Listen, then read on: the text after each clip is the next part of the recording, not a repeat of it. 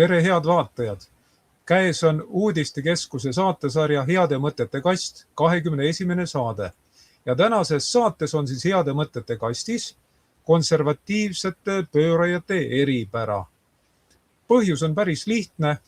Nimelt 2025. aasta lõpupoole USA's elav Eesti poliitik ja ettevõtja Maik Kalamus ütles, et Eestis on tulekul konservatiivne pööre ja sisuliselt see on ära otsustatud. See on ainult aja küsimus. Algul küllap tuleb siis mujal Euroopas, ta jõuab ükskord ka Eestisse. Ja siis ongi arukas mõelda, kui tuleb pööre, peavad olema ka pöörajad. Kes oleks siis Eestis need konservatiivse pöörde tegijad ehk konservatiivsed pöörajad, kes siis võtaks nagu ohjad oma kätte, hakkaks suunama, mis inimesed nad oleks, mis omadused neil on, kas kõik omadused sobivad selleks või mitte. Need on sellised küsimused, mida tasub arutada juba praegu aegsasti, sest siis, kui konservatiivne pööre on tõepoolest käes ja toimub eliidi vahetus, need inimesed, kes on konservatiivse pöörde teostajad, olgu siis meile juba tuttavad, teada. Loomulikult ei saa ju võtta kõiki konservatiivse pöörde tõenäolisi võtmeisikuid ette. Tänases saates ainult mõne tuntud isiku näitel teeme juttu põhimõttest. Ja et see arutelu kujuneks kergemaks, siis kutsusin tänasesse saatesse elektriinsener Andres Saukase. Paljud teavad teda elektriinsenerile ainult, aga omal ajal oli ta ka Eesti Koonderakonna liige ja oli seal täiesti arvestatav isik, nii et tal on kogemus ka tegutsemisest erakonnas, tegutsemisest poliitikas. Ta on olnud ka linnavalitsuses, nimelt Lihulas, ja tal on ka poliitikast kogemus, mida tasub meie vaatajatele tutvustada. Nii et mõne aja pärast peaks Andres tulema meie saatesse ja siis teeme otse lahti. Vaatame, milline on siis meie konservatiivsete pöörajate eripära.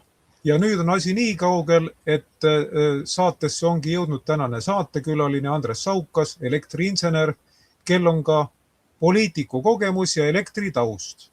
Ja tema kutsusin tänasesse saatesse sellepärast, et tema on seotud ka pöördega, nimelt juba 1977. aastal, enne seda, kui kuulutati ametlikult välja rohepööre. Tema juba tegeles rohepöördega, nimelt Nõukogude sõjaväes. Ta on sellest varasemates saadetes rääkinud ja ta on rääkinud aeg-ajalt ka punapöördest. Teatud mõttes võib teda nimetada siis pöörde spetsialistiks või tänapäeval Eestis öeldakse eksperdiks. Aga tänases saates räägime hoopis ühest kolmandast pöördest, nimelt konservatiivsest pöördest, mida on oodata nii Euroopas kui ka Eestis. Ja seda mõistet kasutas Eestisse jõudmise koha pealt Maik Kalamus, USA's elav Eesti ettevõtja ning poliitik, keda tunneb ka Andres Saukas. Ja siis mõtlesime, et kuna see teema on ka Andresele jõukohane ja südamelähedane, siis käsitleme seda.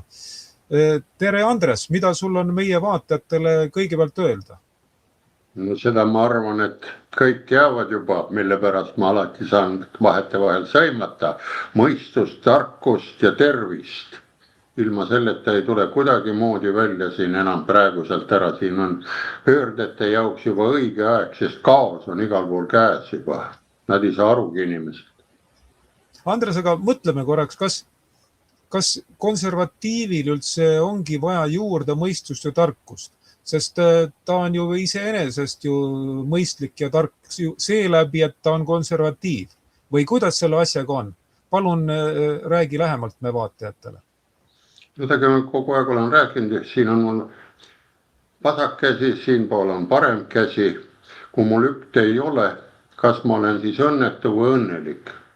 Kui on üks käsi kipsis, mul on sellega segab kogu aeg ja ta valutab ja teine peab seda tegevust ja tööd tegema. Ja siin ongi see probleem, et praegult on üldse see sõnatus konservatiivsus ehk see parempoolsus ära kadunud. Kõik on nagu juba muutunud liberaalseks, pehmodeks väärikust enam ei ole, vot väärikus lähebki traditsiooni, see on konservatiiv.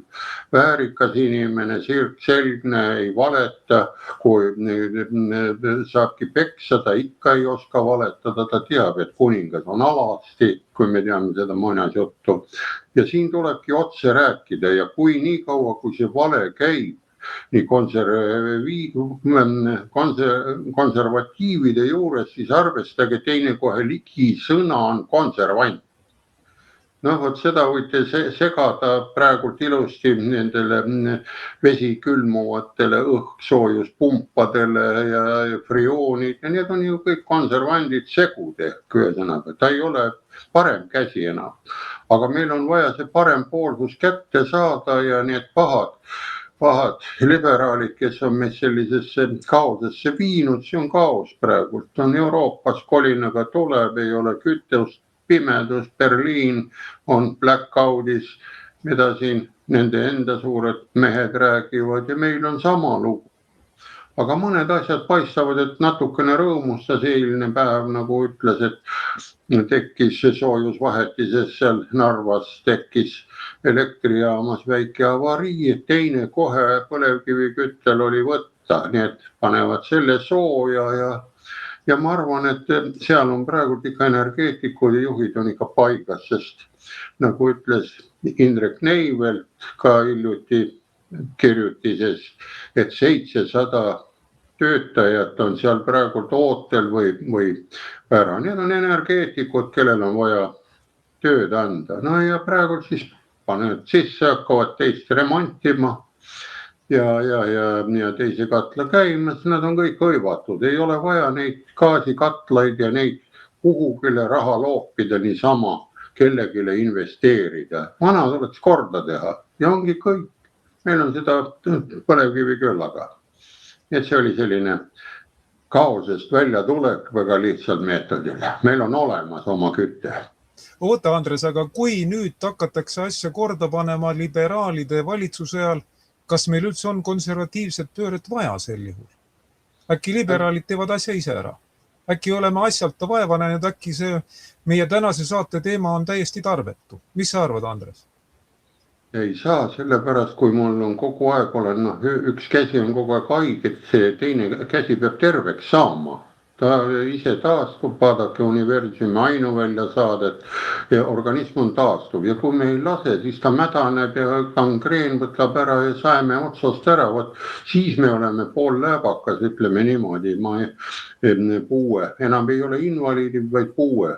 Vaadake, ilus nimi on, me oleme ju tegelikult omas riigis puudega või invaliid, sest me usaldame. Ja teine asi, kui on liberaalidel see võlad ja need asjad peast teljad, ta on andnud sinna allkirja, ta on valetanud nii palju, üks vale ajab teist vale taga sellele inimesel, ta enam ei oska tõde rääkida, ta peab selle koha pealt ära minema, ei saa tema selle asjaga hakkama.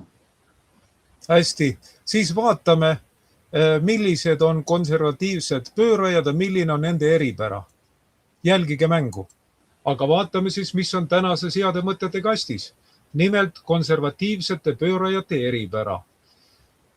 Seda tasub teada, sest kui tuleb konservatiivne pööre, on ka pöörajad ja neil on oma eripära. Kas see on meile kasulik või vähem kasulik, seda täna püüamegi taibata. Vaatame nüüd edasi. Üheks suureks lootusekiireks või heaks uudiseks oli see, kui 2025. aasta detsembri keskpaiku tuli ajakirjandusest teade, et Kaja Kallas oli kohustatud Varro Vooglaiult vabandust paluma, kuna ta oli Varrot ja Varrole alluvaid või temaga seonduvaid organisatsioone asjata süüdistanud.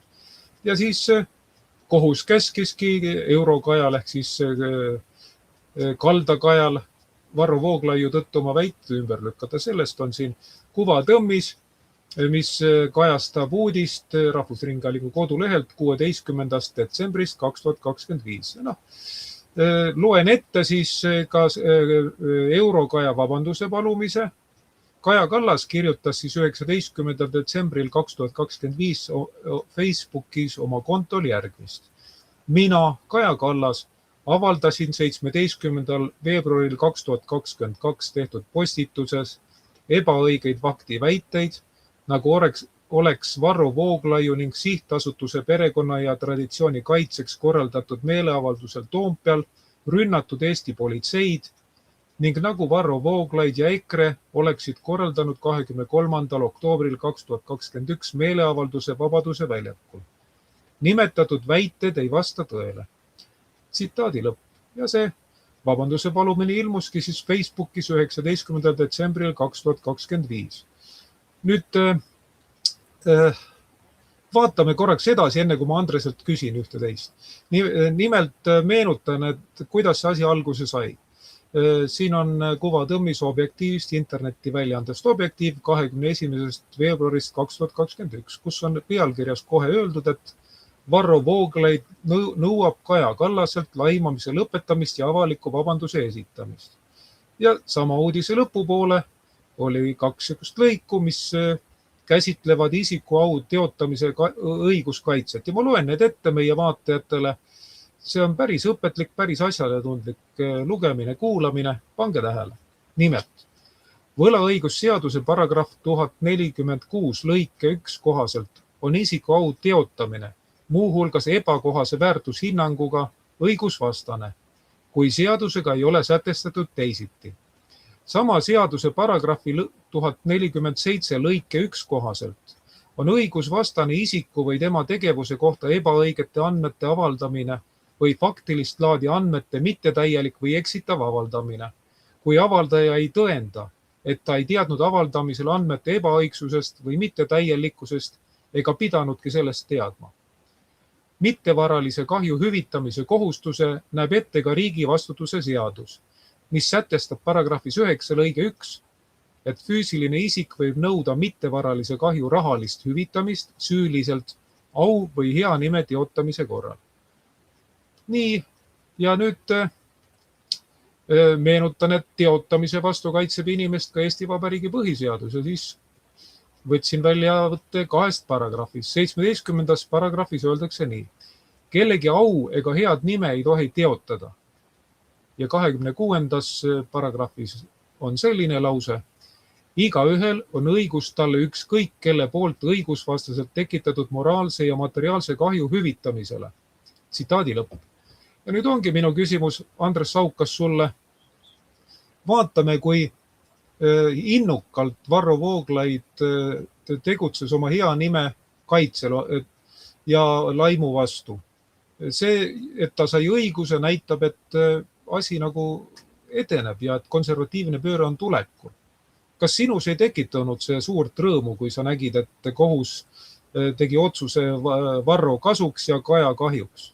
Palun, Andres.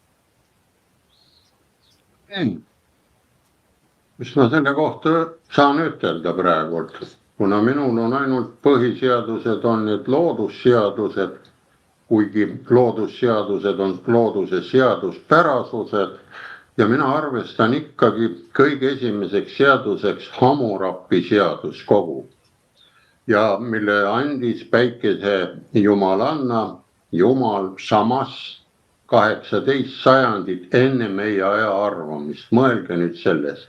See on nende vastused ja võtame siis Hammurapist mõne seaduse punkti ka midagi sarnast välja. Loodan, et soovitan lugeda Hammurapi seadusi, saab ka Wikipeedia, kuigi te ei ole õige, aga Wikipeediaga on selline lugu, kui te võtate ühes keeles, võtate teises, võtate kolmandas, võrdlete ja otsite ka Hammurapi üles ja jõuategi seaduste punkt. Näiteks esimene paragrahv, mis ütleb Hammurapi seadus, enne kui ei olnud üldse neid ümber tehtud seadusi meil olemas. Paragrahv 1 ütleb, kui keegi on kedagi süüdistanud ja süüdistanud näiteks teda mõrvas, kui ei ole seda tõestanud, mõistetakse süüdistaja surma. Vaadake, kui lihtne on. Suud lahti ei tee, ei hakka valetama, valetamise peast kohe, kui sul ei ole tõestusmaterjali, oledki hävingus, ei aita enam mingisugune muu leevendatav lugu. Või võtame siin ära, kui on näete, kui kodanik, paragrahv 22, kui kodanik on pannud röövi toime ja ta tabatakse, tuleb see isik tappa. Seal on tal kohe ilma millegi väitmata, tal on asi pihus ja ta tuleb kohe tappa. No et ei ole pikka pidu mingisugust ära. Ja et näete siin, kui on ära, kui veel 195, kui poeg lööb oma isa, raiutakse talt käsi maha. Vot siin on jälle see traditsioon, et vanemat ei tohi puutuda, aga meil näete, kumb see vanem oli, kumb see noorem oli, kas Kaja või Varro, no seda ise vaadake. Ja nagu siin ütleb ka, kust me oleme endale võtnud ka sisse need vanad seadused, vaatame veel need siit lihtsalt, et aru saada, et kui paragrahv 196, kui kodanik lööb teise kodaniku välja, siis lüüakse silm välja, siis lüüakse talt ka silm välja, silm silma vastu ja vaadake teine, mis siin ütleb, kui kodanik lööb temaga sama astme kodaniku hamba välja, tuleb ka tema hammas välja lüüa. See on paragrahv 200. Näete, need on kõik sealt võetud ja mingisuguseid sellist liberaal- või konservatiivseid pöördeid ei saaks tekkida. Ja inimesed ongi teinud endale sellise seaduse muutmise seaduse. Ja vaadake, kui meil on nüüd põhiseadus, milleks meil on vaja sellist pakki juurde teha. Aga noh, see ei ole nüüd ainukene probleem, ütleme juriidikas. Läheme nüüd füüsikaseaduste juurde. Võtan need siin viimase elektriala ja loen teile ette, füüsikaseadused on ka muutmises juba. Puhtalt oomiseadus on näiteks siin 2015, kui raha tuli, 10 aastat tagasi uudis, Kuressaares pandi valgustid, Kuressaare uued valgustid panid kaitsmed proovile. Ma ei hakka seda artiklit lugema, aga seletan lihtsalt ära, vahetati need kõik harilikud tänavavalgustite valgustid LED-valgustite vastu ja tema lühis koormus käivitusvool põhjustas kaitsmete välja lülitamist. Ja mis siis tehti? Tehti lihtsalt lihtne lahendus, suurendati kaitset. Juhtmed kõik jäid samaks, aga kaitse suuremaks. Ja mida see kohe meenutab? See meenutab ilusat toredat nõukaaega, kui majal või kusagil kaitsmed läksid välja, pandi raudnael sinna asemele, küll see käib. Ja käis nii kaua, kui kaabel või midagi maha põles. Ja need olid kes? Need olid meil siia nõnda nimetatud heatahtlikult toodud tänapäevase nimekaga migrandid, kes parakkides ja igal pool niimoodi konstrueeris. Ja miks ma sinna kaugele läksin, peamegi vaatama, kuidas selline olukord nüüd siin tekkis ja kas hakkab see ka tagasi tulema. Tagasitulek on ainult võimalik, kui me liigume uuesti, hakkame neid tühistama jutti, kui meil oleks nüüd ütleme valitsuses ka õiged konservatiivid. Võtame, kui nimetavad, EKRE on, aga EKRE-l on selline lugu, et ta otsib ainult endale vist need, kes minusuguseid vanureid Alzheimerlasi, sest ta nime muutis, ta muud nagu ei muutnud, oma põhikirjas tegi siis pika lause juurde, selgituslause, et kes see EKRE on või mis see EKRE on. No. Ja sealt on näha, et kui ta selgitab selliseid 4-tähelisi kombinatsioone inimestele, siis sealt vist konservatiivset pööret ei ole loota. No see on nüüd, rohkem ma ei oska midagi lisada praegu. Andres, kas Hammurapi seadustes oli ka mingi eraldi punkt teotamise ehk laimamise kohta? Peale selle esimese paragrahvi, mida sa ette lugesid? No neid on ta on lõikadega, aga ma võtsin need mõned, mul ei ole siin kõik sees, kui lööb teise välja, kui kodanik murrab luu, siis murravad nad ka tema luu ja see on kehaline asi, aga ma mõtlen, kui on näiteks sõnaline laim või sõnaline rünnak, kas selle vastu? Siin ei ole otsest pantud, aga esimene on sellega seotud. On küll, jah. sellega on ju seotud esimene, siin kindlasti on, et esimene paragrahv, ma võtsin välja niisugused ära, sest ma nüüd sidumist ei pannud, järgmine on välja võetud paragrahv 22, kui pannakse rööv toima. 102 on ju, kui kaupmees andis kaubandusagendile raha intressita laenuks ja see kandis palju kõikjal, kuhu ta läks, peab ta kapitali kaupmehele tagastama ja nii edasi kõik. Nii et kui sa oled valetanud, midagi teinud, siis pead selle tagasi nullvariandi tekitama. Vot see on see põhiküsimus selle asja juures kõik. No selge, põhimõte on selge, aga vaatame korraks edasi ja vaatame huvitava nurga alt, sest siiani rääkisime Varro Vooglaiust ja nüüd räägime Objektiivist, internetiväljaandest Objektiiv. Varro Vooglaid ju on väga tihedalt seotud Objektiiviga, ta oli selle üks asutajaid, võib öelda üks võtmekujusid ja võiks ju arvata, et kui tema sai olulise kohtuvõidu Eurokaja üle, tähendab Kaja Kallas sunniti talt vabandust paluma avalikult, siis see nagu annaks Objektiivile tuule tiibadesse. Objektiiv nimelt tegi siis 2025. aasta jõulude eel jõulukorjanduse, tegi selleks üleskutse ja enne tänase saate salvestuse algust oli eesmärgini jäänud veel 15 000 ja natukene üle selle eurot. Võt, see on nagu kummali esmapilgul, sest jõulud said juba hiljuti läbi. Kui nüüd kampaania kokku pannakse, siis vaadatakse, et kuidas jäi puudu. Minul on selle kohta nagu selline seletus, et kui Varro Vooglaid, ta võitles küll nagu lõvi selle eest, et ennast laimust puhtaks pesta, aga samas oli ka selline olukord, kus ta vaatas kõrvalt pealt ja mitte niisama kõrvalt pealt, vaid siis, kui Objektiivi kaasautorit laimati. Ja võib-olla siis Objektiivi ustavad lugejad ja vaatajad ja kuulajad pidasid selle meeles ja vaatasid, et kuidagi nagu eri mõõdupuid kasutatakse.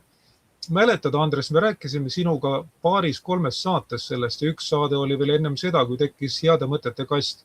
Et kuidagi kummaline on, kui konservatiivid kasutavad eri mõõdupuid ja kui Kaja Kallas laimas avalikult Varro Vooglaidu, siis Varro Vooglaid ja ka Objektiiv asusid kohe vastu võitlema nagu lõvi, aga samas kui Postimees laimas Objektiivi kaasautorit, kes on palju kirjutanud Ungarist ja Slovakkiast ja üldse sealt kandist, siis Varro Vooglaid ju tõtanud nagu kaasautorile appi. Mäletad, Andres, neid saateid, neid jutte? Väga hästi mäletan ja ma võin lisada juurde ka põhjuse. Ma ei saa aru, miks mind ei ole kutsutud niimoodi vestlema, miks Andres Raidi ei ole kutsutud, ütleme, kaasautorit, miks ei ole siis ka nende kuulsad meest nagu Rüütli Mõõgad, ma nägin, on teinud. Ja sa mõtled Einar Laigna, tema varem oli ju pidevalt seal, aga nüüd juba mõni aasta teda ei taheta nagu. Mis maha võtab, mina arvan, et mis ka kahandas juurde, et õigetele konservatiividele, ma pean ka ennast konservatiiviks, sellepärast tunnuseks on väärikus, mitte tagarääkimine ja valetamine ja niimoodi susserdamine. Kui ma teen kellelegi haiget või solvan, siis mul jääb tunne sisse, ma igal juhul vabandan väga kiiresti, olgu see mingisuguse joomase peaga või kaine peaga, et see jääb mind segama. Aga näete, praegu nagu Eestis ei ole ja Objektiivis ka nagu ei oleks üldse konservatiivse olekuga. Nad on nagu ootavad mingi märgiline tähendus. Ja kuna näete, kui ei ole normaalseid mõtlejaid või nagu õigeid mõtlejaid, võeti saatesse päris pikalt. Võite vaadata tagantjärgi, ma usun, suure huviga saate arhiivis vaadata nõnda nimetatud ulmekirjaniku saateid, ma usun, et saate üle vaadata nad siin, kui see sõda nüüd ära lõppeb ja teema võetakse ette. Konservatiivne on see, ma loen, kõige parem näide konservatiivide kohta on 300 spartalast olnud. nemad hakkasid kaitsma ükskõik mis hinna eest, rääkisid juttu, on see täna viimane päev või homme on viimane päev, aga alla me ei anna. Ja vot siin ongi, näete, kui iseennast kaitseb ära, teist ei kaitse ja teine, millest ma aru ei saa, võib ka veel näite ka veel tuua. Lähme paar aastat tagasi. Oli sellises kohas nagu Treimani külas oli keravälk, lõi Markus Järvi majade sisse. See peaks olema jumala sõrmeviibutus, et kuulge härrased, hakkate õiget juttu rääkima või valetate või ajate oma rumalust edasi. Ja näete, siin on see pilt on näha, et kui võtad valed mehed nagu saatesse ja ajad valed juttu, ei vabanda, ei võta ära, sest kui on midagi tehtud valesti, on kõige lihtsam võtta arvuti kätte, koksida sisse, kuule, ma tegin valesti, saame kokku või ei ole, anna see asi andeks ja kogu lugu. Aga meil käib ikka rabeleme, käime läbi liberaalse kohtusüsteemi, kus on teada, et võib ka 6 aastat seal kohtus käia ühte hea sõna kuulamas või seda vabanduse palumist kuulamas. Vot see ongi, aga kui me läheme ilusti õiglaselt kõik selle põhiseaduse juurde ja valime ikka õiged konservatiivid ehk väärikad inimesed, kes hoiavad eesti keelt ja traditsioonidest kinni, keda ei saa ka isegi suure surmahirmuga siit Eestist minema lüüa, et paned ainult vaguni peale ja viid Siberisse või kuhugile, aga ta, kui aeg saab otsa, marsib tagasi ja olemas. Vot selline seis on, mina arvan, selle koha peal. Selge, Andres, olen sinuga täitsa nõus. Hea, et sa meenutasid ka selliseid asju, millele me vaatajad võib-olla pole seni tähelepanu pööranud.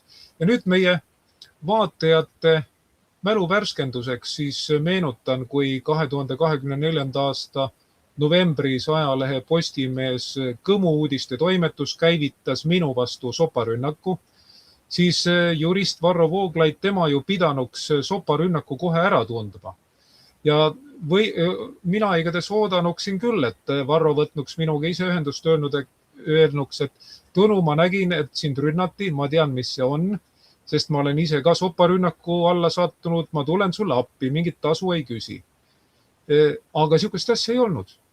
Varro ei võtnud kordagi ühendust ja et oleks nagu täismäng, siis pärast seda Objektiiv vähimagi ette teatamiseta lõpetas minu kaastööde avaldamise. Ja ta ei öelnud, et need on halvad, toimetus ei öelnud, et paku need mujale, need meile ei sobi, lihtsalt lõpetas. Ja kui ma siis tõlketöid tegin, siis jättis tõlkja nime avaldamata.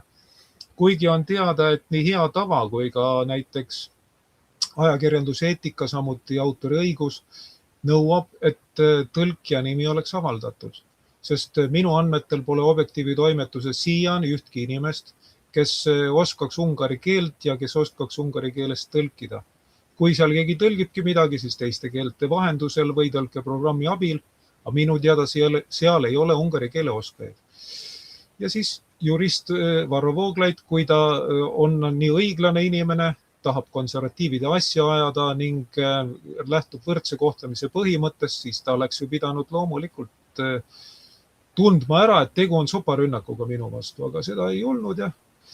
Ja mis on eriti huvitav, 2025. aasta sügisel, kui toimus rahvuslaste sügiskool, ma olin ise korraldustoimkonna liige, kohtusin seal ühe inimesega, kes oli teinud Objektiivi pangaarvele ülekande selleks, et mulle saaks Objektiiv honorari ära maksta nende artiklite eest, mis mulle teadmata põhjusel jäeti avaldamata.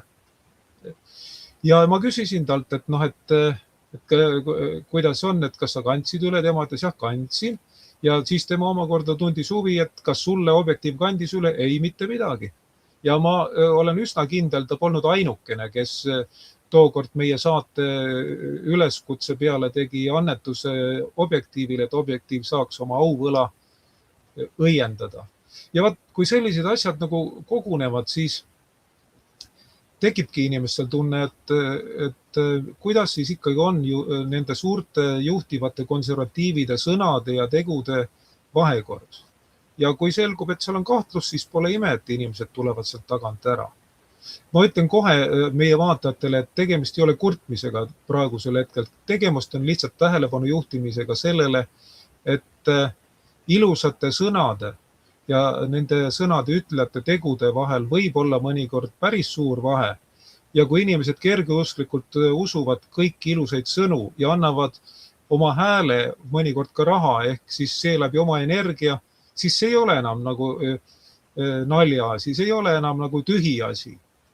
Sest selliste, ütleme, heausklike inimeste toel ju tullaksegi võimule ja hakatakse ühiskonda suunama, inimeste elu määrama. Nii et tuleb teada, kellega on tegu.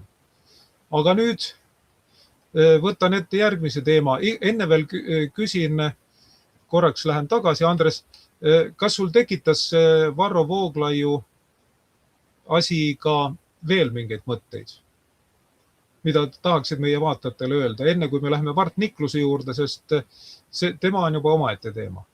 Palun, Andres. Siin näeb ära, milles üldse tegu on. Kui ainult iseennast kaitsta ja juurat on hästi tuntakse ja nagu on teada, et võib-olla on ka korralik katoliku usk peal, siis ma ei tea, siis oleks võinud ka saata igal juhulgi sulle teata, küll Jumal aitab sind. Vähemalt sellise variandi oleks võinud välja visata. Aga kuna ei tulnud, siis sa oled tühi koht. Ühesõnaga, ja mõelge nüüd valijad, kui hakkate valima neid mehi ja saadate neile midagi, kas või neid annetusi. Mina olen kogu aeg saatnud iga aasta, kuid see aasta ma jätsin saatmata. Ma mõtlesin, et võib-olla nad muutuvad, võib-olla ei muutu, sest saates on sellised imelikud asjad, mõned asjad on, ma ütlen ausalt, olen vaadanud, lugenud, aga kõik, mis seal kordub, see tuleb niimoodi, mis ei ole nagu ei värskenda tehnokraatlikku mõtlemist. Siin oleks vaja ju sellised inimesed, kes seal jagavad ka väljundid panna, sest kui nad ei ole kuhugile, ei taha mingisuguse nagu otsest erakonda minna, siis nad võiksid ju sellised tehnokraatlik, kuidas inimesel kõht ja kuidas soe oleks olla ja küsida ka, kellele on võlgu tehtud, kui palju liiga oleme teinud, kuidas te elate, lihtsalt tunda muret, sest inimene läheb ju, kes usub, läheb kirikusse ja ma võin seda ka öelda, ma olen ka kohtunud seal Peetrusega käinud ja mul on öeldud, et vara veel ei võeta vastu, nii et mul on veel midagi veel siin maa peal teha. Nii et mõelge need objektiivi omad, tahate selle aastaga lõppu teha, sest see 2025 liitke kokku numeroloogiast, mis numbri te saate? 2, 0, 2, 5, liitke kokku. No see on 9. See on numbrisüsteemis viimane number, sest loodusest nulli ja lõpmatust ei ole. Ja lõpmatuse märk on, kui hakkate mõtlema, siin neid paragrahvi märgiga päris sarnane märk on, mida ka looduses ei ole olenud. Nii et vaadake ainuvälja, universumi ainuvälja, siis näete, kuidas on, kui te teete head, siis teil tuleb kehast välja seda aktiivsemat energiat, ehk te annate energiat üle, aga kui teete paha, siis te aktiveerute, siis te tõmbate endale jõudu sisse ja sisse tuleb mitte hea jõud, vaid paha jõud.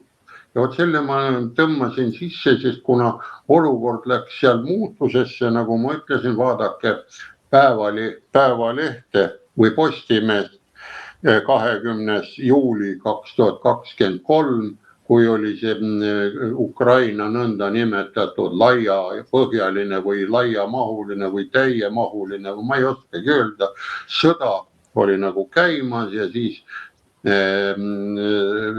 ulmekirjanik oli saates, muudkui jutustas, et kusagilt ta Soome kaardi pealt võtab ja tal on kõik ära, näevad pähe, et kas see oli nüüd õige tegu rahu sõlmimiseks siin inimestel ja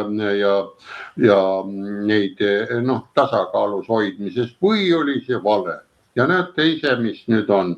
Tähendab, peale meie ei ole mingi ässitaja, mina ei oska ässitada, sellepärast see paha energia tuleb kohe tagasi, see, mis viskad välja endast suus, sest arvesta, see tuleb väikse ringiga, plärabki sulle tagasi ja siit mõelge see, kui loete ära see keravälk, mis seal tegi haiget seal Treimanis, et see oli Jumala poolt märgistatud märk.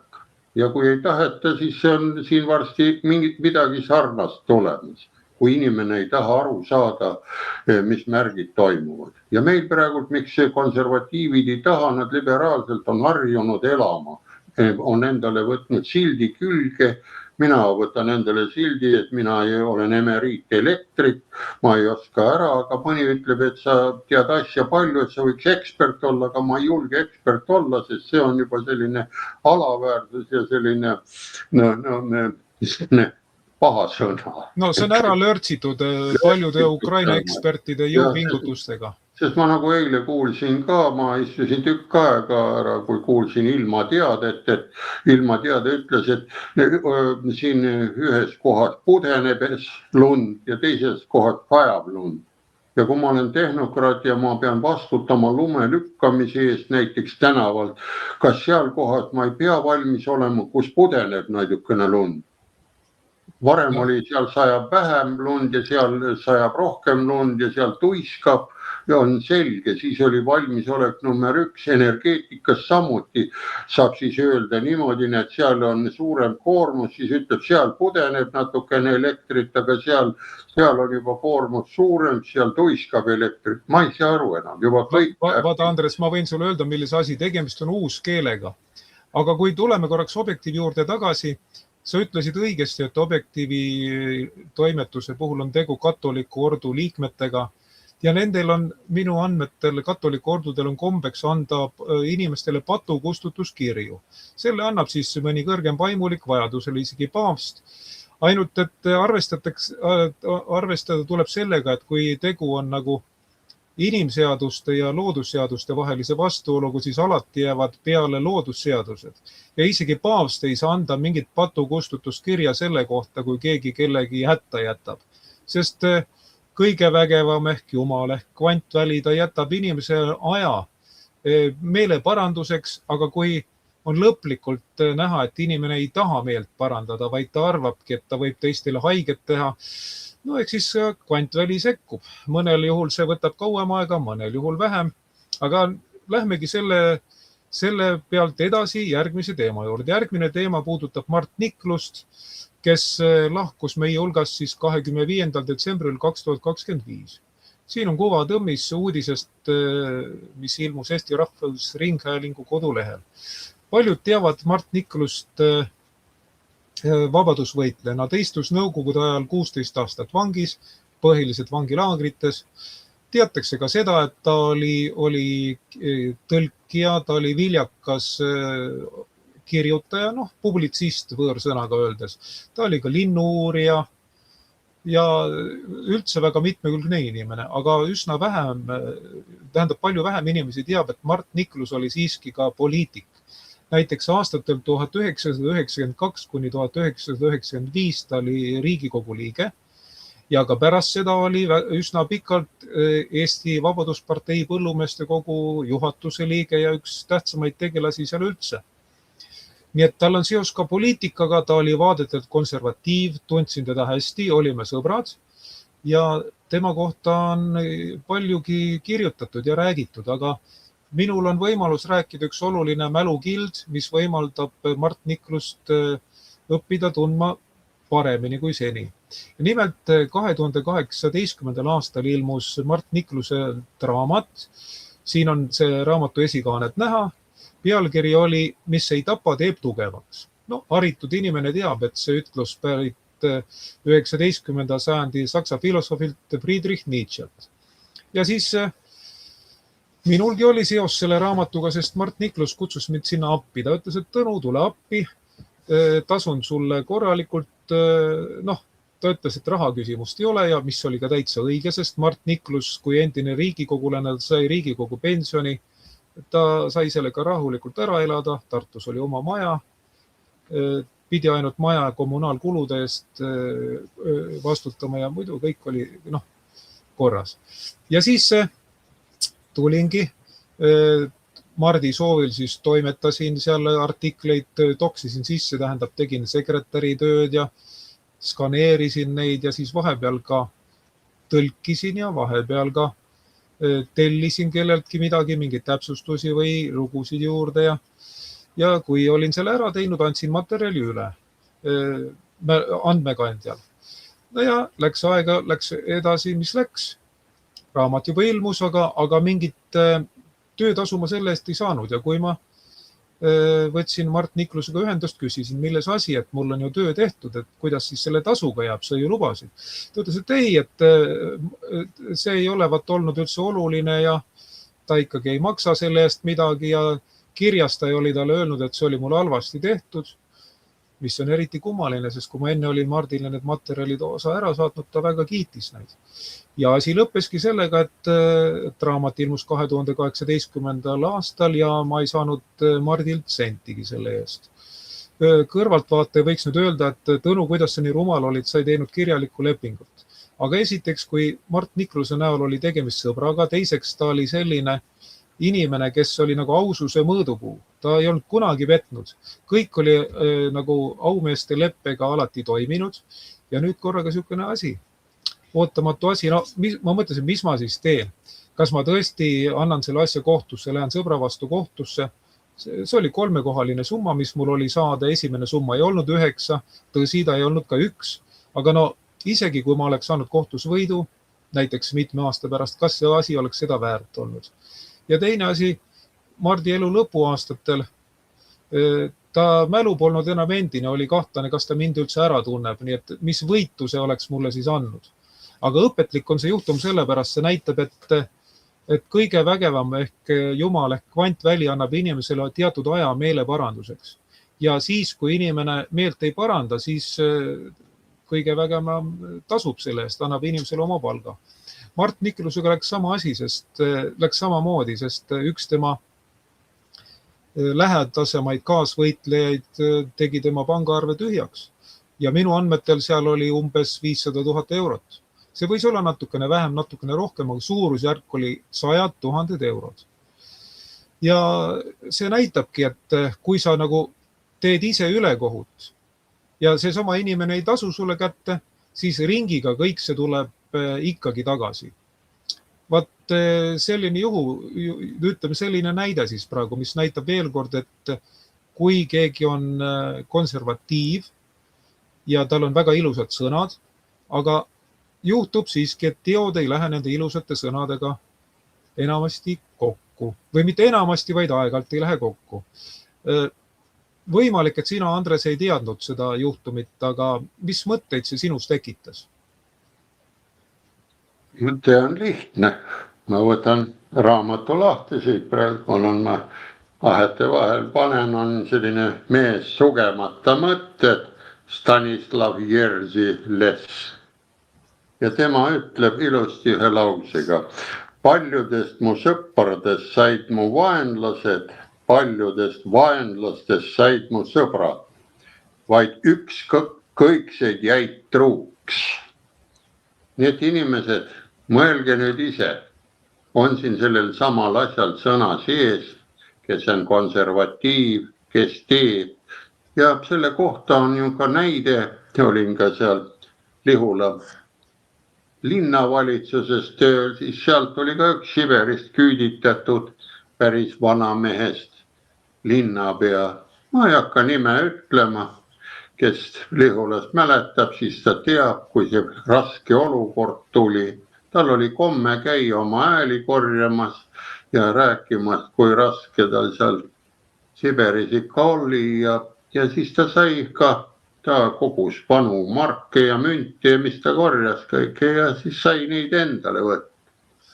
ja kuna ma seal pidin ka mitut ametit pidama, olin seal Lihula elamu direktor ja olin ka siis majandusnõunik poole kohaga, nii et mul oli 2 tooli, 2 istet kogu aeg olemas, linnavalitsuse oma ja siis oli ka Lihula elamu nagu munitsipaalettevõtte ME olid, siis olid moes. Pärast tulid aktsiaseltsid ja osaühingud, kui enam raha ja kõik oli ära jagatud, 1 krooniga müüdi ju kõik need kolhoosi materjalid Mart Laari eest kostel ja eesvõttel mahal ja probleemid olid väga rasked. Kekk pani oma katlamajad kõik 1 päevaga põmdi kinni, siis kolhoosid kinni ja inimesed pidid elektriküttele minema. Radikaid osteti, aga ainukene asi, kaableid ei olnud ja nii edasi, nii edasi. Nii et see on selline eluline lugu, mille pärast see Juhan Liivi lause on, et minu erakond on eesti keel. Nii et kõige paremad nagu röövlid ja pätid, need ongi sõbrad. Ja vanasõna ütleb, Hiina ütleb samamoodi seda sõpra võid hoida eemal, aga vaenlane peab sul ligidal olema. Et kogu aeg näed, et mis ta välja nüüd võib veel mõelda, et hoia teda ligidal. Ja siin ei olegi midagi. Ja kui tahate teada, mis siin toimub üldse maailmas, selline see värk on üleüldine, võin tuua sellise huvitava mõtte paralleeli, et niikuinii me räägime siin, et läheb see kõva idanaaber ja meie ja kõik, me oleme ju kaoses minekul, sest mis pärast hiinlane võidab meid, temal on vaja koolis õppida vähemalt 2000 hieroglüüfi ja ta saab õppimise ja hariduse omandamise. Aga meie saame siin praegu raha trükkides ja investeeringutega endale võlad selga ja elame nagu miskad. Nii et see oli minu mõte, sest see oli ootamatu jah, et seda Niklase sellist külge ma ei teadnud üldse. Ja see on, et ta on lihtsalt nii nagu Stanislav Leks ütleb, sealt saad kõigile vastused. Jah, olen sinuga nõus, Andres, ja meenutan ka ühte Eesti rahvatarkust, mis ütleb, et sõber koorib sõbra naha. Aga vaatame edasi.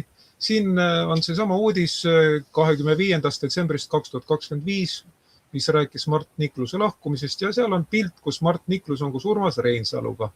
Mart Niklus ja Urmas Reinsalu sai hästi läbi, võib öelda, et austus oli vastastikune ja sel pildil siis Urmas Reinsalu, mitmekordne Eesti minister, annab siis Mart Niklusele mingi aukirja või tänukirja.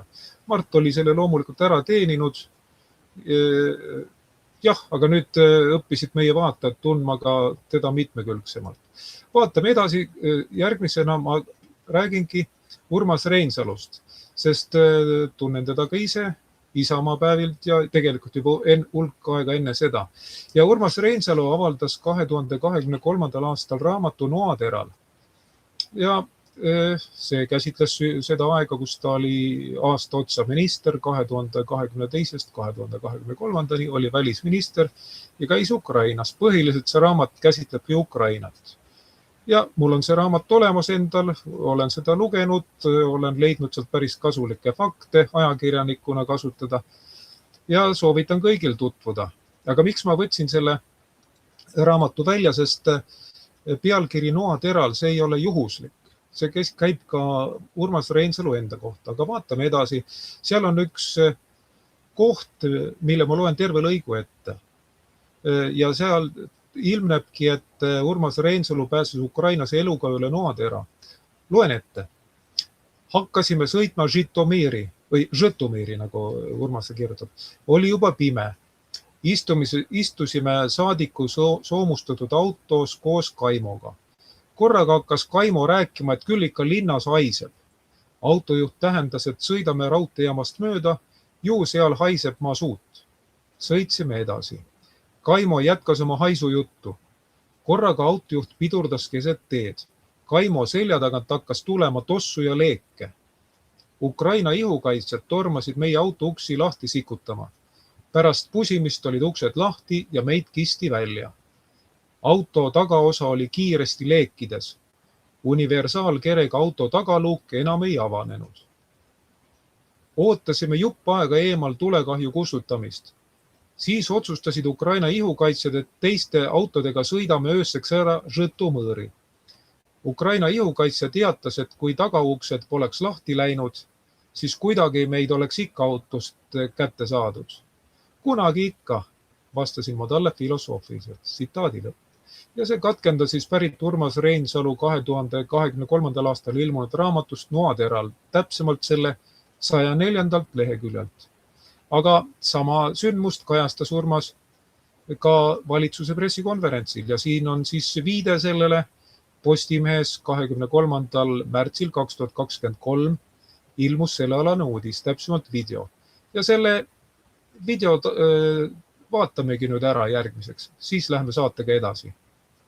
Ja sellel reisil niisugust inimlikku dramaatilisi hetki tuli ka ette, et meil on politseiamet on andnud soomustatud džiibi meie saadiku käsutusse, mis on jumalale meelepärane tegu, et kaitsta meie diplomaate ka kriitilises olukorras, aga Kiievi kesklinnas sõitsime teisipäeva öösel siis sinna Žõtomõri ja see džiip suvatses põlema minna. Aga teemist on soomusautoga ja ta läks seal põlema, istusime Kaimo Kuusega seal taga istmel ja korraga Kaimo ütleb, midagi haiseb, kogu aeg midagi haiseb. Ja siis korraga lõid leegid selja tagant välja ja milles oli probleem, mida pärast julgeolekumehed seletasid, et kui soomusautol need juhtmed kärssavad läbi, ega siis keegi uski lahti ei saa. Tagaluuk läkski kinni nõnda, et seda püüti lahti peksta, aga see ei õnnestunud kuidagi.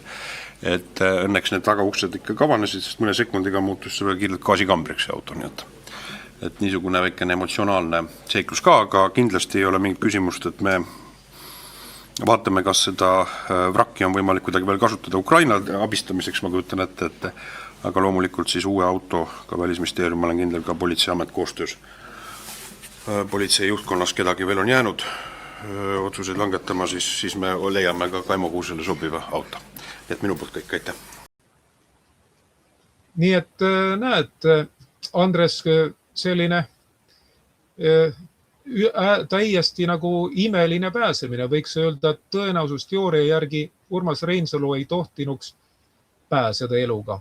Aga miks ma selle võtsin tänasesse saatesse? Põhjus on lihtne.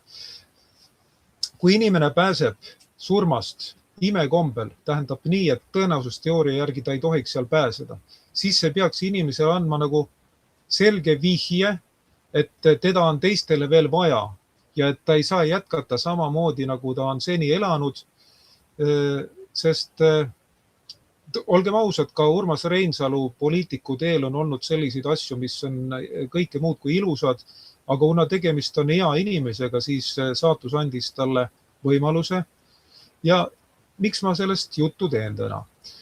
2024. aasta novembris, täpsemalt 19. novembril, toimus Isamaa juhatuse koosolek, kus mind arvati Isamaast välja. Ja mis on eriti huvitav, mind arvati välja niimoodi, et mind ei kutsutudki mulle esitatud süüdistustega tutvuma, mul ei lastud ennast kaitsta, mul ei öeldud, kes olid minu peale kaebajad, tähendab minu peale, siis tähendab otsus minu kohta tehti lihtsalt salakaebust ehk siis laimu põhjal. Ja nüüd Urmas Reinsalu, kes on väljaõppinud jurist, ta on ka ülikooli lõpetanud juristina ja on töötanud ka rohkem kui ühel korral justiitsministrina, tema ju ometi pidanuks teadma, et kedagi ei tohi käsitleda kuriteos süüdi olevana, enne kui tema kohta on jõustunud süüdimõistev kohtuotsus. Seda ütleb Eesti Vabariigi põhiseaduse 22. paragrahv. Ja igaühel on õigus olla oma kohtuasja arutamise juures. Seda ütleb siis Eesti Vabariigi põhiseaduse 24. paragrahv. Tõsi küll, ranges mõttes kohtuni asi ei läinud, aga Isamaal, nagu igal teiselgi erakonnal ja organisatsioonil, sellisel organisatsioonil on oma aukohus. Aukohtusse mind ei kutsutud, kui ma ise tegin aukohtule avalduse, et tuleks menetleda ja tuleks tühistada selline juhatusotsus, siis aukohus ütles, tema ei saa seda teha. Nii et Andres, sulle küsimus, kas sa leiad, et Urmas Reinsalu ikka tõepoolest mõistis seda vihjet, mis talle anti 2023. aasta märtsis Ukrainas. Või ta arvas, et ta on niigi nunnu ja tubli ja kõik pidigi täpselt nii minema. Või siis ma sõnastan küsimused tsipateisiti. Sina oled õppinud kõrgemat matemaatikat ja ka tõenäosusteooriat. Kas sinu hinnangul ta oleks raudselt pidanud selle õnnetuse üle elama? Kas tõenäosusteooria järgi oli nii kindel, et ta tuleb sealt välja vähimagi kahjustuseta? Palun, Andres. Õnneks seal oli keegi teine ja autojuht oli ka kaasas. Aga no see teine oli saadik, Eesti saadik Ukrainas, Kaimo Kuus. Ja need olid kaasas ja tundub, et need asjad ei olnud üldse nendele mõeldud. Aga see, et kuna ta ka selles nähtud videos naeratab ja meie välisminister ka seal, ütleme irvitava juures, kui sõjaminister, kuidas seda nimetatakse, et nad tunnevad sealt kohe rõõmu, et selline asi on, et väljapoolt ei saa keegi sisse, seestpoolt saab, nii et ta tunneb ka kahju, võib-olla head meelt, et oleks ka oma kolleeg sinna jäänud, ka korjavad veel edasi, et tuleks veel ja keegi nutluga tooks veel ära, et andke andeks, miks ei ole. Siin on põhjus näha ja vot seos on sama, nii et Reinsalul võiks olla nagu loogilist mõtlemist, aga võib-olla ei õnnestu, sest poliitikult loogilist mõtlemist ei saa küsida. Nendel on poliitloogika ja seal ei tule kuidagi moodi 2 + 2 on 4, nendel tuleb palju tahad. Ja praegult nagu siin oligi, Indrek Neivelt hiljuti ütles, et ostame kallilt elektrit sisse ja müüme odavamalt. Kuidas see võimalik on? Tema on ka tehnokraat, ta oskab ka matemaatikat, ta on majandusmees. Et kui ma ostan 10 euroga näiteks mingi asja ja 5-ga müün edasi, kaua ma niimoodi suudan. Ühe korra ma saan selle teha, ma olen siis miinustest, aga teist asja me enam juurde ei saa osta.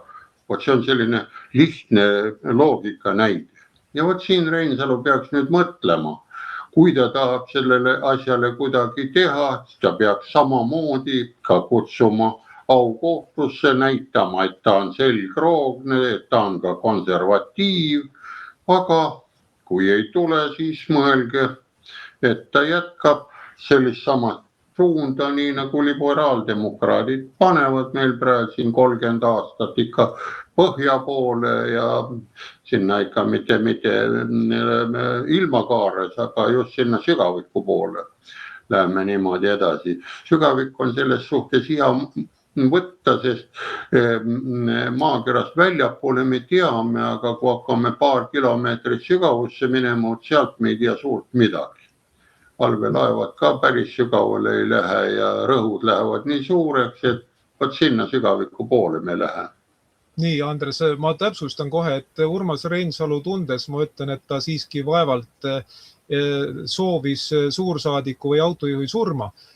Seda küll, aga kummaline on see, et ta suhtus asjasse niivõrd filosoofiliselt, et umbes nii, nagu see pidigi nii minema. Miks ma pean seda kummaliseks, sest ma olen oma senise elu jooksul olnud 8 korda surmale väga lähedal.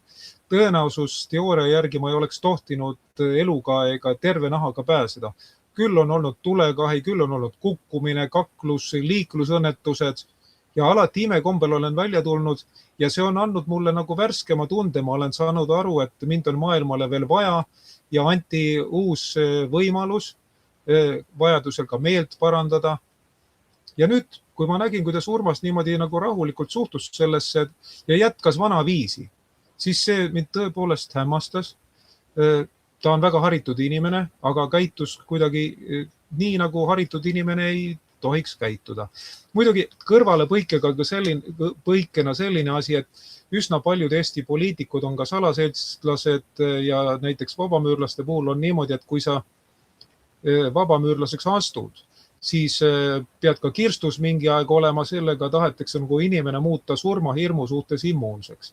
Võib-olla muudetaksegi, aga näiteks kui inimese pereliikmed ei ole sellest teadlikud, kas nendel ikka on ükskõik, et et nende kas pereisa või mõningatel juhtudel ka pereema, sest on ka naiste salaseltse, et ta niimoodi läheb nagu teispoolsusse, kuna ta on teinud teistele halba ja siis mingil hetkel enam kõige vägevam ei anna talle uut võimalust ennast parandada. Ja miks sellest tegin juttu, sest kui tuleb konservatiivne pööre, siis üks võtmeisik, kelle poole pöördutakse, on ju Urmas Reinsalu. Ja kas me saame kindlad olla, et tal läheb siis jälle nagu lepase reega, sest kui ta ennast ei paranda, siis mingil hetkel lihtsalt kõige vägevam sekkub.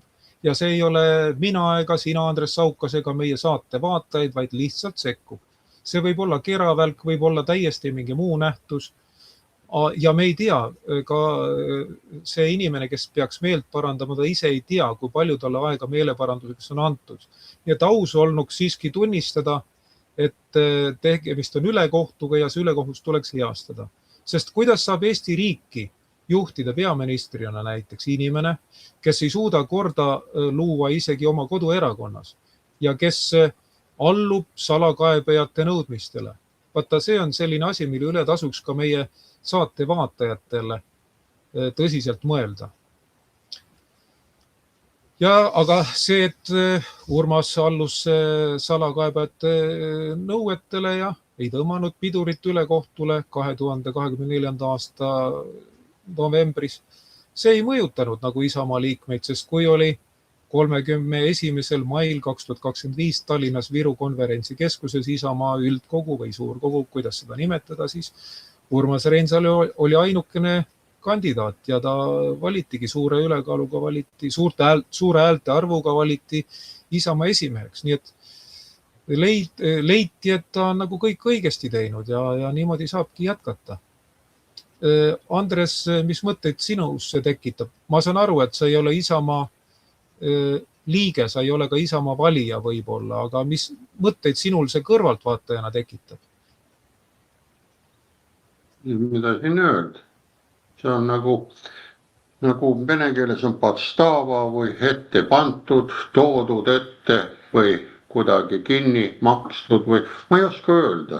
Sellepärast, et kui on näha, et kõigiga sobivad praegusel variandil kõik need liitumised, mis see kohaliku omavalitsus tegi, kus Isamaa on ühega ja teisega ja kolmaga, see näitab, et ei ole võimalik, kui oleks inimene sellise inimesega rindel ühes kaevikus, ma ei julgeks olla, sest ta võib ise sulle kallale tulla ja lööb sul maha ja läheb üle teisele poole. Ja ongi kõik.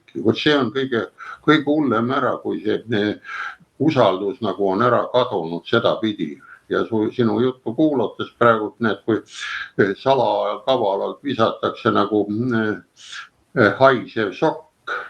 Ma ütlen, nagu sina mõelgi ise, see naljasaades oli vanasti nõukaajal oli tudegi esimene aste oli niimoodi, et kui esimene aste oli sokil, kui said ta nurka seisma panna, see oli sokk oli sellise asendis, aga praegult on niimoodi, et oled minema visatud ja vajalikud ära panna ja kui vaja mingisugused ära hakata hävitama puna, rohe, sini, monumente, sellised on nagu põhiasjad siin väikses riigis. Kui mul mingisugune punaämber või prügikast on punane või see ei meeldi, aga see näitab, kui madal võib see süsteem olla, kui hakkame nüüd prügikasti peksma jalaga ja lömmi lööma ja neid kõrvaldama ja see on nagu monumentidega sama annab välja ja see näitab, ega siis see mõned nagu nimetavad ka komisjon tiblad ja tiblad, see näitab, need tiblad tulid ju peale sõda siia sisse, neil ei olnudki, nad ei osanud lugeda peale roppust ja nad ei osanud midagi ja lõhkusid, lömmitasid, pesid käsi meie selles kempsus, tõmmasid kraaniga sellega vett peale ja ütleb, mis see vesi nii ruttu ära läheb, sealt pissuaari potist ei jõua silmigi ära pesta ja nii edasi. Me oleme siis samal tasemel nüüd jõudmas, veel natukene ja ongi korras oleme siis. Ja vaata, Andres, siin on huvitav asi. Ütleme, Urmas Reinsalu puhul on tegemist kahtlemata haritud ja meeldiva ja toreda inimesega, aga kui selle nullib ära nõrkus seista vastu alatutele, siis kas me ikka saame teda nagu kõige paremaks juhiks pidada. Mina arvan, et kui ta suudab ebaõiglusele vastu seista ja suudab ka ebaõigluse heastada, alles siis on ta täisväärtuslik juht. Milline on sinu arvamus selles küsimuses, Andres? See on ju õige ju, sest kui inimene tunnistab oma viga ja hakkab oma viga parandama, siis ta on näha, et ta muutub. Ja vana sõnagi ütleb sedasi, muutused hakkavad iseendast, inimesest iseendast pihta. Kui sa ennast ei muuda, siis ei suuda sind keegi muuta. Ja kui sa alustad ise muutmist ja näitad teistele eeskuju, sinu väärikus tõuseb kohe ju. Ja väärikate meeste või naiste eelis ongi see, on öeldud juba ära, kui see mees tuleb sisse saali, siis kõik vaikivad, automaatselt vaikivad. Alateadvus kohe ütleb kõigile vaikust, kamandab. See on nagu karjas, loomakarjas on. Ega kari on suur, ütleme loomakari, aga kui üks näeb või kuuleb korraks, et kiskja on ligi, automaatselt see universumi ainuväli hakkab tööle. Kõik teavad, et see kiskja on ligidal, kõik lähevad valvsaks. Inimestega on sama. Ja vot see ongi nüüd universumi ainuvälja seadus, kui ta hakkab seda võtma, hakkab ise ennast muutma. Headus tuleb talle juurde ise kolinaga. Aga kui ta ei muuda, siis head ühe kaupa, selle pildi pealt on ka näha, et kas nad kõik on õnnelikud näod seal taga. Mõni on nagu paistab, kui te vaatate pilti olega, näitavad, et nad näitavad iseennast, et ma saan ta kõrval nagu seista, aga kui õige aeg lükkame ta minema. Ja umbes niimoodi, vaadake neid pilte, neid näoilmeid. Kui oleks see normaalne, siis selline oleksid nad kõik tõsised. Mitte ei naeraks või suu ammuli või niimoodi. No, väga õige, Andres. Ja tänase saate lõpuslaidiks valisin selle. Kunagi, kui elasin Ungaris, töötasin seal tõlgina, siis ostsin Ungari nalja-ajakirja ja seal ilmuski see karikatuur ehk pilapilt. Tõlgin ära, mis siia on ungari keeles alla kirjutatud, nimelt on öeldud järgmist. Vaadake, härra rahvasaadiku kõne all valjusti ja vängelt peeretada pole tõesti eetiline, aga sellega ei rikuta ju seadust. Ja selle pildi valisin siis tänase slaidi ja ta lõpetuseks sel põhjusel, et on palju asju, mis ei ole ju seaduses kirja pandud, aga mida ometi täidetakse.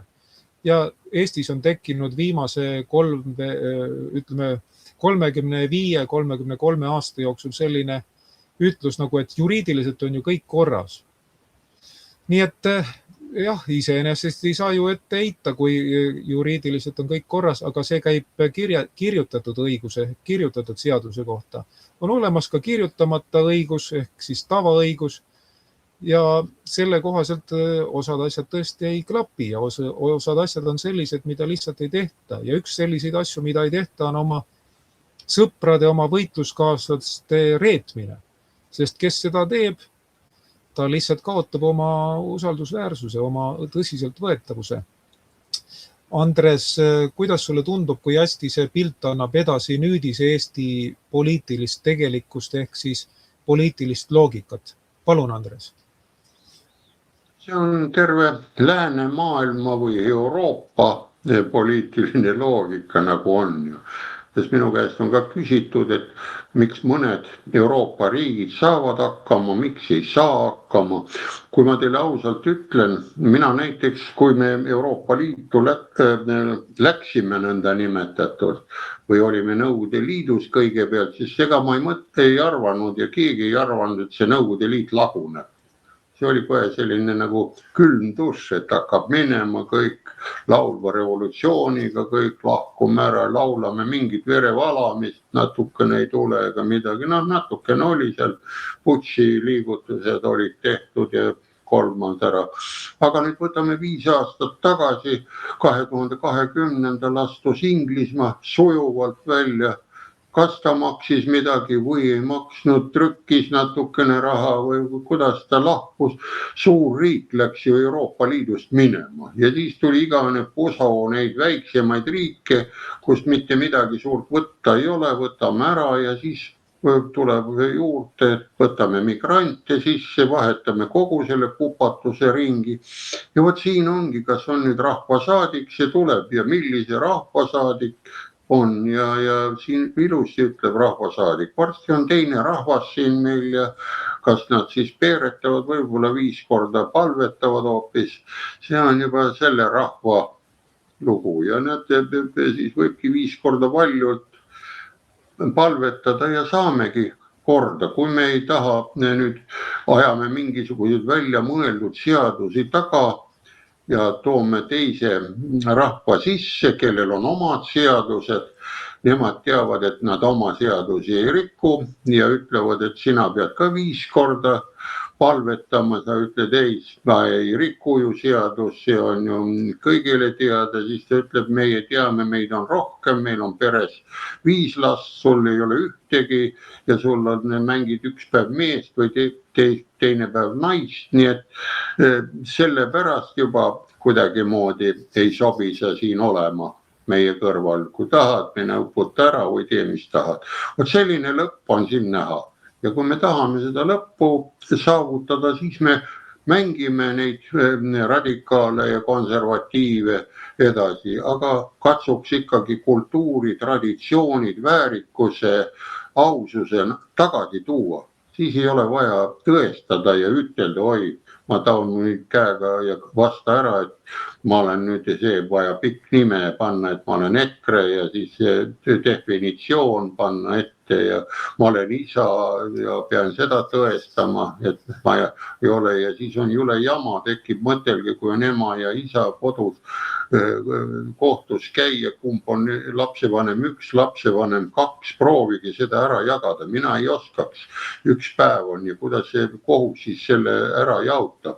Kas üks nädal oled sina isa ja number 1 lapsevanem, teine nädal oled 2 ja on teine. Nüüd vaadake, kus lollustes me oleme tegelikult. Katsuks väärikalt ja lihtsalt loogiliselt matemaatikat mõelda.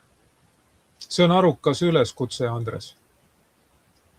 Ja võtame siis tänase saate kokku, nimelt Heade mõtete kasti 21. saate, kus juttu on siis konservatiivsete pöörajate eripärast.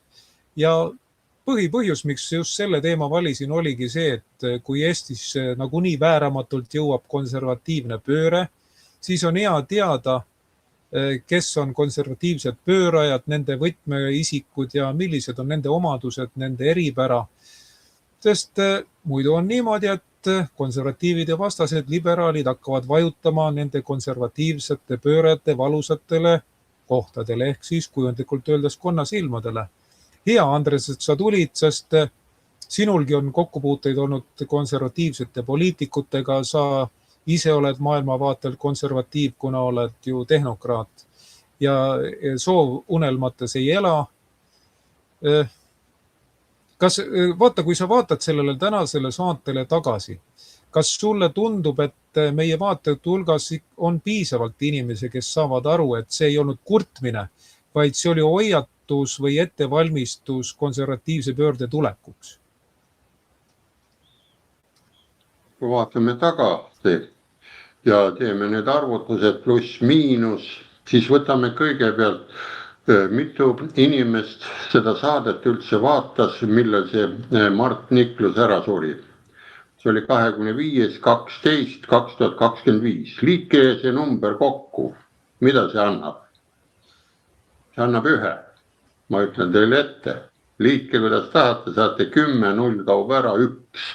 Tähendab, sellele mehele tehti esimene ring ära, ta tuleb järgmine kord järgmise ringiga küllaltki ruttu tagasi ja talt hakatakse nõudma ka seda heategu, mis ta tegemata jättis ja nii edasi, nii edasi. Küllaltki ruttu tal ei lasta puhata, ütleme numeroloogia usu pärast, sest ma olen tehnokraat, mul on lai silmaring, võite rääkida, kes ma olen, utopist või loogik või midagi.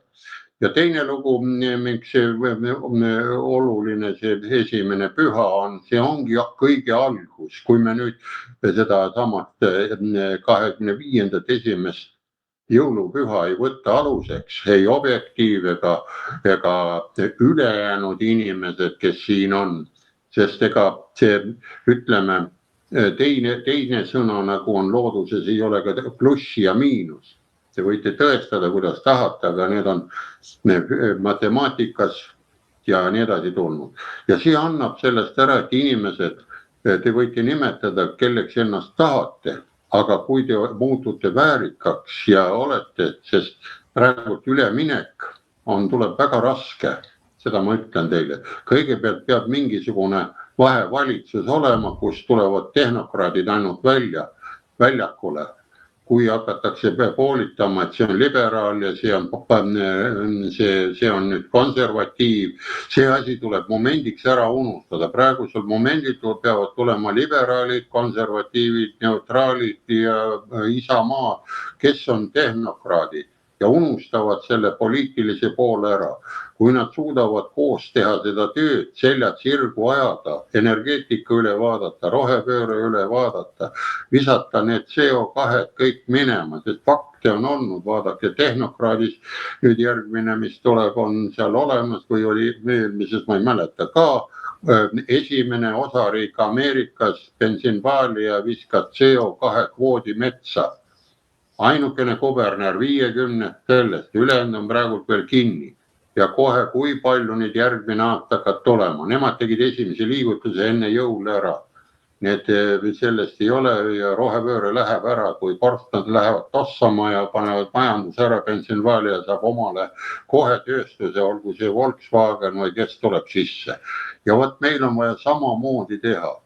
Ja unustada üleminekul ära ja pärast vaadata ja mängida seda küsimuste ja vastuste vooru seal Riigikogus ja ära. Sest vaadake, mind näiteks solvaks selline asi.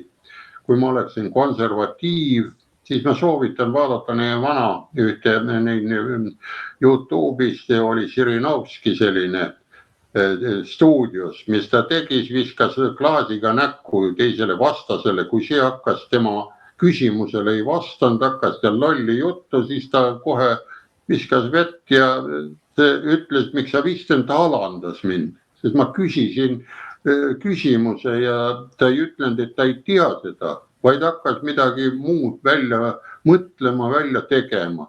Ja vot selline asi tulebki kõrvale ja jääbki siis selline, tekibki olukord, kus tehnokraatlik valitsus tulevad, istuvad ära, unustavad poliitika ära.